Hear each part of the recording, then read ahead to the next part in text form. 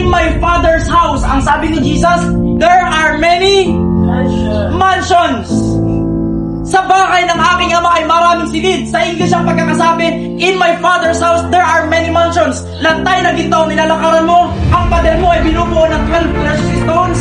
At sa iyong paligid, mga kapatid, ay buong gloria ng Panginoon. Wala ng gabi dahil ang kalwalhatian ng Panginoon ay hindi natatapos at nauubos. At pagkatapos, you have a mansion in the kingdom of God.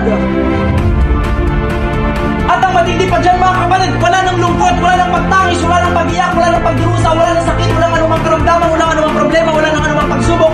Everything will be perfect dahil ang sabi ng Panginoon, ginawang bago ko na ang lahat ng bagay.